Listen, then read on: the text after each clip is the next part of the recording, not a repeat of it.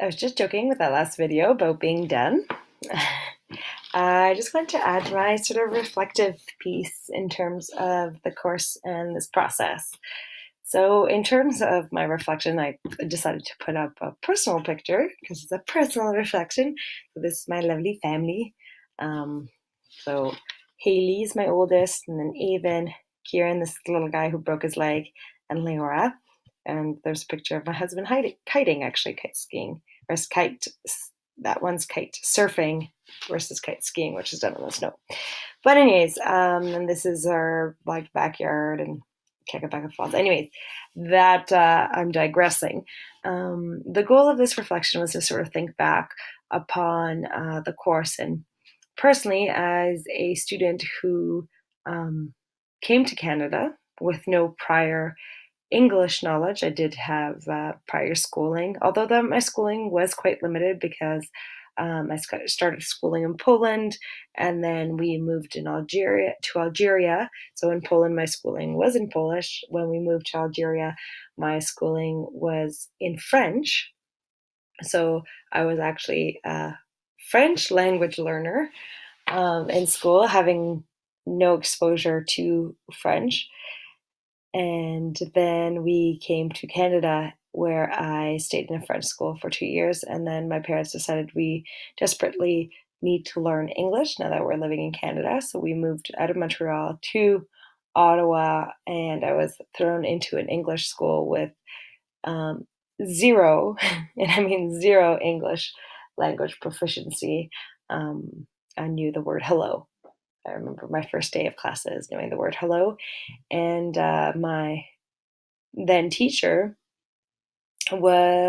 had zero experience teaching English language learners, and basically transferred me into a different class where the teacher had experience as an English language teacher, and she would pull me out of class. And she did all the right stuff, actually. I remember her assigning me a best friend that had French language proficiency. This was not a French school, or nor was it even a immersion school, but the student that I was assigned to, Angela, spoke French at home, so she could help translate into French, not into Polish, but into French. So I did have a partner that helped my support. I was pulled out for additional language instruction, and she gave me a lot of materials to sort of scaffold my learning, mostly relying on this partnership. And I remember that by the end of the year, I was reading at grade level. So I guess it came quickly. I guess my body had had a lot of exposure to various different language learning. But what made this experience interesting to me is that I feel like I have a pretty good level of working with people who don't have language exposure, because I find that way too often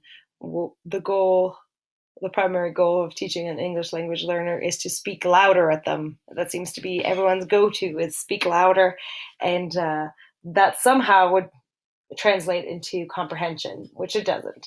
So I feel like I have good strategies in terms of slowing down, using gestures whenever possible, using visuals to represent the words I'm using, and all those things I would include in my classrooms, on whether I had ELL students or not. Some people are better visual learners, some people are better auditory learners. So supporting everything you're saying with a visual representation, making sure that words that have multiple meanings, it's clear which meaning you're using. So yeah, I think that going through this task of writing a unit, and specifically looking at 3 students, was really helpful because, as I said, broad considerations for ELL students can be made, or for any of our students, in terms of trying to make sure that all of our students are included and accommodated. But when looking at individuals, we really can look to attain those goals that they specifically need. And I think sort of a chart like that we did would be beneficial for all of our students, looking at their strengths and weaknesses and helping to support their weaknesses through their strengths. And that's really what I tried to do, to support all of my students through their, when I made that chart, through their strengths. So those who had strong language components, use those oral components to support their reading and writing, use the reading and writing components to support their oral, and vice versa. So I found that task to be very helpful. And I found most of the tasks we've done in this class to be really meaningful, like looking for resources that we could use for teaching. Even when I'm now preparing to go to China and teach math to students who have limited English exposure, I found myself really focusing in on, as I was doing this towards science, I started thinking about what I would do for my math unit.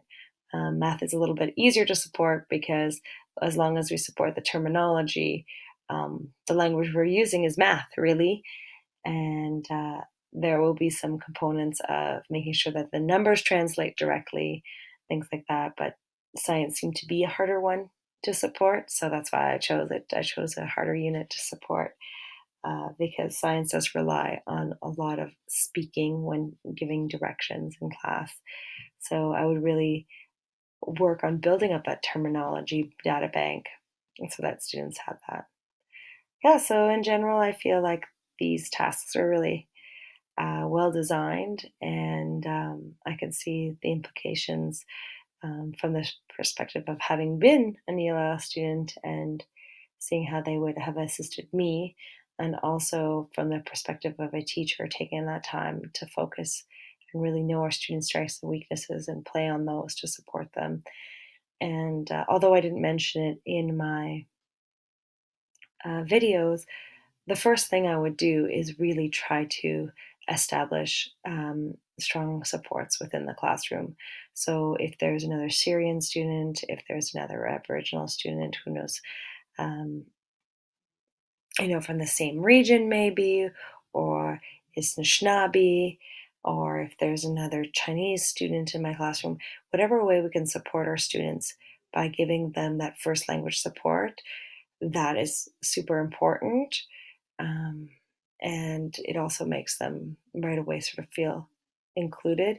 And overall, I may have mentioned this class, but really trying to reach our students, acknowledging the holidays that they would be celebrating at home, acknowledging them in their first language, saying hello to them in their first language, saying thank you or bye in the first language. Those things are super important, and I found them very important as a ELL student myself.